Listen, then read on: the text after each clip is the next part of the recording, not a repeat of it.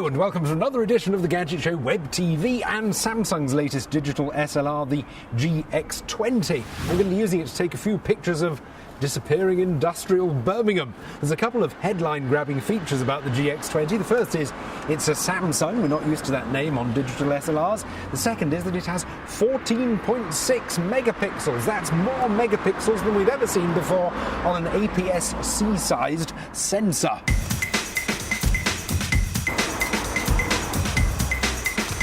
The Samsung name shouldn't really be a surprise because they actually make the 14.6 megapixel sensor, and they've teamed up with Pentax, who've got generations of expertise, and they've made a body which is very solid, purposeful, easy to handle, with very logically laid out controls. In fact, Pentax make a nearly identical model, their K20D. It's much more robust in feel than a typical entry-level digital SLR, and it almost has the feel of a professional one for a fraction of the budget, right down to things like the very secure weatherproof covers and flaps for things like the battery compartment and the memory card slot. And the actual sensor itself is very good. In spite of all those megapixels, the noise is very well controlled, right up to 1600 ISO, and the colours are very strong and rich.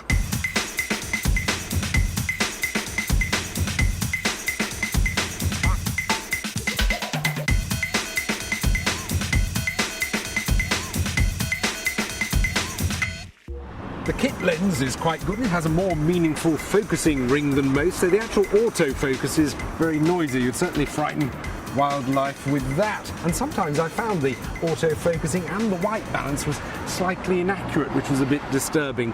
As for exposure, it errs on the side of underexposure, particularly with the flash, which isn't a problem, except the fact you probably will need to boost your pictures in photo editing software after you've shot them.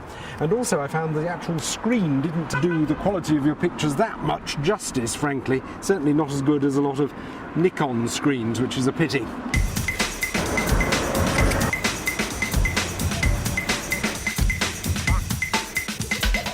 You get a live view feature, though it's not as good as similar systems from Sony and Olympus. You also get in-camera image stabilization, which is handy, although it's not as good as the lens-based systems of Canon and Nikon. What you do get, though, is more than enough features to keep any photo enthusiast happy. You get endlessly customizable menus. You get a handy RAW button on the side, so you can go straight into high-quality RAW mode when you find a money shot and hang the megabytes. You also get a very sophisticated system of raw processing in camera, which is handy. I think the GX-20 would be excellent for somebody who wants a really professional-feeling SLR on a budget, or someone who's got a load of old Pentax lenses they want a digital home for, because they'll fit very well on this. However, personally, I'd recommend saving an extra couple of £100 and going for Nikon's D300. It's got more reliable focusing, a better image quality, and ultimately it'd be a more satisfying tool.